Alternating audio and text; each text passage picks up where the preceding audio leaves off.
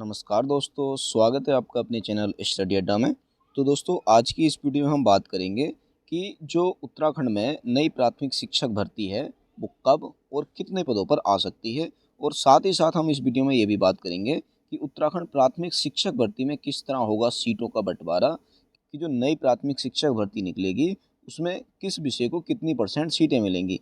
जानिए किस विषय में कितने परसेंट सीटें आएंगी, यानी कि जो विज्ञानेतर वर्ग है और जो विज्ञान वर्ग है इनमें कितनी कितनी परसेंट सीटें आती हैं।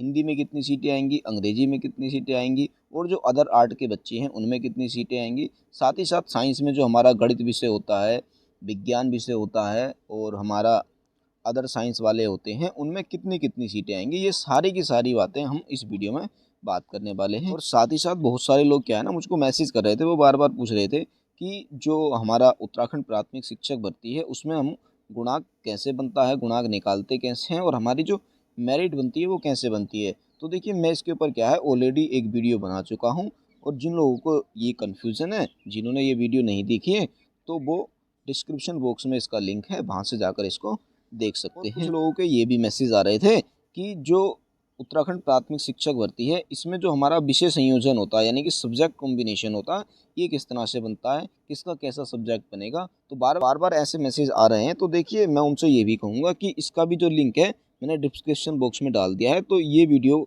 भी आप वहाँ से जाकर देख सकते हैं। जितने भी डाउट बनते हैं उत्तराखंड प्राथमिक शिक्षक भर्ती से संबंधित, अब जहाँ तक उम्मीद है मेरे जितने भी टॉपिक थे सभी टॉपिक पर वीडियो बन चुकी है। अब कोई एक दो टॉपिक बचा होगा तो उस पर भी मैं वीडियो बना दूंगा। तो आप एक बार डिस्क्रिप्शन बॉक्स ज़रूर चेक कर लिया करो कि जितनी भी वीडियो मेरी बन जाती हैं जो प्राथमिक शिक्षक भर्ती से संबंधित होती हैं उन सभी को मैं डिस्क्रिप्शन बॉक्स में डाल देता हूँ। तो अब स्टार्ट करते हैं इस वीडियो की। तो देखिए, सबसे ज़्यादा जो मैसेजेस हमें आते हैं वो ये आते हैं कि जो हमारी नई प्राथमिक शिक्षक भर्ती है वो कब तक आएगी और कितने पदों पर आएगी। तो थोड़ा सा हम इस पर बात करेंगे, जो हमारी नई प्राथमिक शिक्षक भर्ती है वो कब तक आ सकती है। तो देखो, मेरा जो मानना है मेरे अकॉर्डिंग है, क्योंकि देखो ऐसी कोई ऑफिशियल जानकारी तो है नहीं जो आपको कोई भी एग्जैक्ट बता सके। मैं क्या, कोई भी पर्सन आपको ये नहीं बता सकता कि जो नई प्राथमिक शिक्षक भर्ती है एग्जैक्ट कब तक आएगी। बट सभी क्या है, एक अनुमानित बता देते हैं कि तब तक भर्ती आने के चांसेस होते हैं। वैसा ही जो मेरा अनुमान है, मेरे मेरे अकॉर्डिंग जो है जो नई प्राथमिक शिक्षक भर्ती आने की उम्मीद है उसकी, वो है जैसे कि देखो अभी आप सभी को पता है कि हमारी क्या है, जो गतिमान भर्ती चल रही है 2906 पदों की, उसमें 6 काउंसलिंग होनी है। और जैसे ही 6 काउंसलिंग समाप्त हो जाती है, यानी कि जो 6 काउंसलिंग की पूरी प्रोसेस है बिल्कुल समाप्त हो जाती है, इसका मतलब ये है कि जो 2906 पदों की भर्ती है वो हमारी पूरी की पूरी तरह से बंद हो जाती है। 2906 पदों की भर्ती हमारी बंद हो गई, तो उसके बंद होने के 1 से 2 महीने के अंदर आपको जो नई प्राथमिक शिक्षक भर्ती है वो देखने को मिल जाएगी। मेरा ऐसा मानना है कि गतिमान जो भर्ती है उसके बंद होने के 1 से 2 महीने के अंदर आपको नई प्राथमिक शिक्षक भर्ती देखने को मिल जाएगी। अब मेरा तो यही अनुमान है। अब थोड़ा हम बात कर लेते हैं कि जो हमारी नई प्राथमिक शिक्षक भर्ती है ये आएगी कितने पदों पर। थोड़ा सा हम इसके बारे में बात करते हैं। तो देखो, जैसा कि आप सभी को ज्ञात है, आपने देखा होगा कि जो 3074 पद थे उनकी एक आरटीआई बहुत फैली थी, वायरल हुई थी, और उस आरटीआई के अकॉर्डिंग हमारे उत्तराखंड में 3074 पद खाली हैं। अब देखो, सरकार क्या करेगी, 3074 पदों पर तो भर्ती निकालेगी नहीं, इतना तो कन्फर्म है। अब वो कितने पदों पर निकालेगी? अभी देखो, नॉर्मली सरकार ऐसा करती है कि जितने पद खाली होते हैं उनका 60% जो होता है उतने पदों पर भर्ती निकालती है। यानी कि अगर हम 3074 जो पद हैं इसका 60% देखते हैं तो ये हमारा 1844 हो जाता है। 3074 का जो 60% हो जाता है वो होता है 1844, यानी कि 1800 प्लस पद।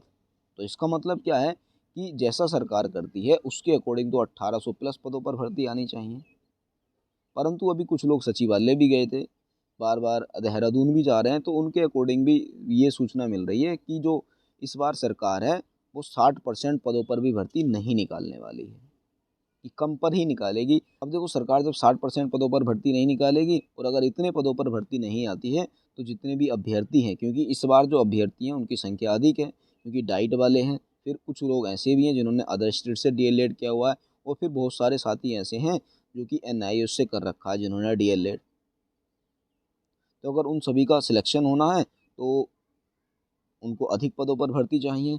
अब उसके लिए वो बच्चे क्या करेंगे, देखो रुकने वाले तो है नहीं, जैसे ये भर्ती बंद हो जाएगी तो सारे लोग हल्ला करेंगे, हड़ताल भी करेंगे, आंदोलन भी करेंगे, रैलियां भी निकालेंगे। तो जब सरकार के ऊपर थोड़ा बहुत प्रेशर बनेगा तो सरकार ज़्यादा नहीं तो कम से कम 1500 प्लस पदों पर तो भर्ती निकालेगी ही निकालेगी, अगर सरकार के ऊपर प्रेशर बनता है तब। और अगर अभ्यर्थियों के द्वारा, बच्चों के द्वारा सरकार के ऊपर प्रेशर नहीं बनाया गया तो भाई सभी को पता है कि ये जो सरकार है 500-600 पद पर निकाल कर जितने टाइट वाले हैं उन लोगों का ही भला करेगी, बाकी 2-4 लोग एक्स्ट्रा लग सकते हैं। अगर अभ्यर्थी या सरकार पर अच्छे से प्रेशर बनाएंगे तो ये भर्ती 1500 प्लस पदों पर निकल ही जाएगी।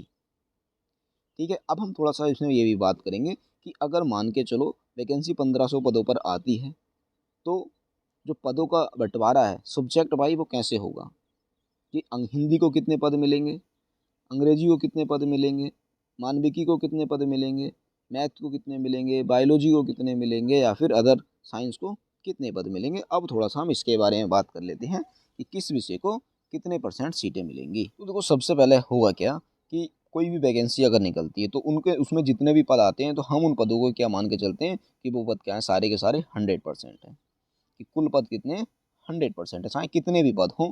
और जो 100% पद हमारे होते हैं इनमें से जो 50% पद होते हैं ये होते हैं विज्ञान वर्ग के यानी कि साइंस के, और जो हमारे 50% पद होते हैं वो होते हैं विज्ञानेतर वर्ग के यानी कि आर्ट वर्ग के। ठीक हो गया, 100% अगर हमारे पद आते हैं तो 50% साइंस के हो जाएंगे और 50% विज्ञानेतर वर्ग के हो जाएंगे। अब मान के चलो हम ये मान रहे हैं कि बच्चों ने सरकार के ऊपर बहुत एक अच्छा प्रेशर बनाया, आंदोलन किए, हड़ताल की हैं, रैलियां निकाली हैं, और इस करके सरकार ने जो नई प्राथमिक शिक्षक भर्ती है वो 1500 पदों पर निकाल दी है। अब देखो ये 1500 पद तभी आएंगे जब सरकार के ऊपर प्रेशर बनेगा, इस चीज़ का ध्यान रखना। अगर प्रेशर नहीं बनेगा तो फिर 700-800 पदों पर ही आएगी। ठीक है, अब हमने मान लिया है कि बच्चों ने सरकार के ऊपर प्रेशर बनाया तो सरकार ने नई प्राथमिक शिक्षक भर्ती 1500 पदों के ऊपर निकाल दी। अब ये जो 1500 पद जब निकलेंगे तो किस विषय को कितने पद मिलने वाले हैं। अभी देखो 1500 का 50% अगर हम देखेंगे साइंस वर्ग में 750 सीटें विज्ञान वर्ग को मिल जाएंगी और विज्ञानेतर वर्ग को भी 750 सीटें मिल जाएंगी। इतना बिल्कुल कन्फर्म हो गया, उम्मीद है किसी बच्चे को डाउट नहीं होगी। अब देख लेते हैं कि विज्ञान वर्ग में किस तरह से इनका बंटवारा होगा, विज्ञानेतर वर्ग में किस तरह से बंटवारा होगा इन 750 पदों का। अब हम देख लेते हैं इस विज्ञानेतर वर्ग को कि देखो ये जो विज्ञानेतर वर्ग में 750 सीटें आई थी, 50% थी टोटल सीटों की। अब हमने मान लिया कि विज्ञानेतर वर्ग में ये 100% सीटें हैं, कि जो 750 है ये क्या एक 100% है। और यहाँ पर विज्ञान भी हमने मान लिया है कि यहाँ पर भी 750 सीटें आई थी, तो विज्ञान वर्ग की अपने आप में ये क्या है एक 100% सीटें हैं। तो अब इन 100% सीटों का किस तरह से बंटवारा होगा।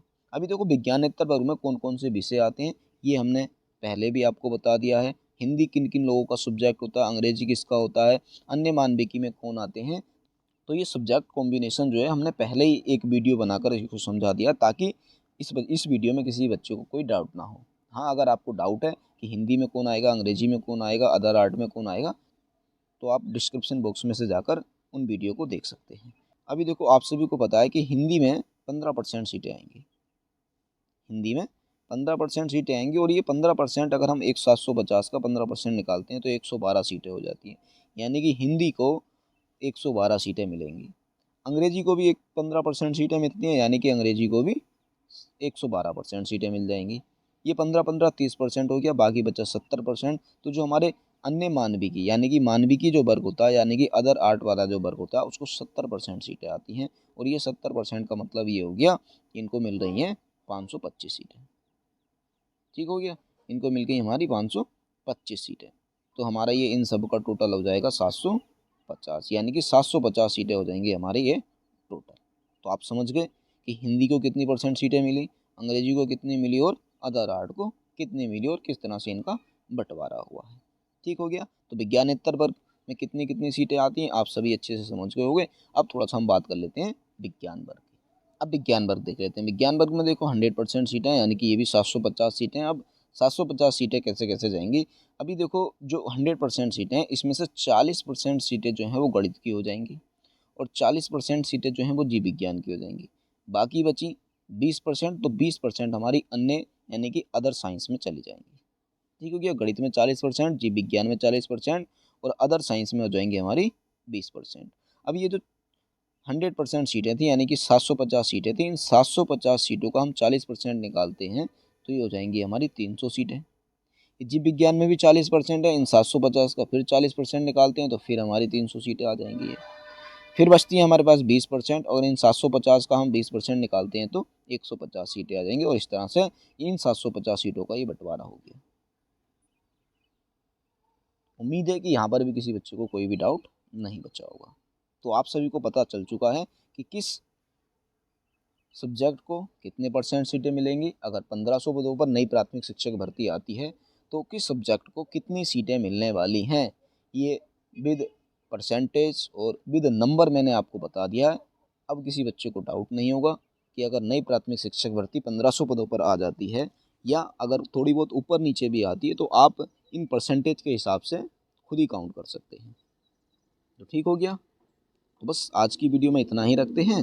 तो ये वीडियो आपको कैसी लगी कमेंट बॉक्स में ज़रूर बताइएगा। और हाँ, अगर वीडियो आपको अच्छी लगती है तो वीडियो को लाइक और कमेंट बॉक्स में एक प्यारा सा कमेंट ज़रूर लिखिएगा।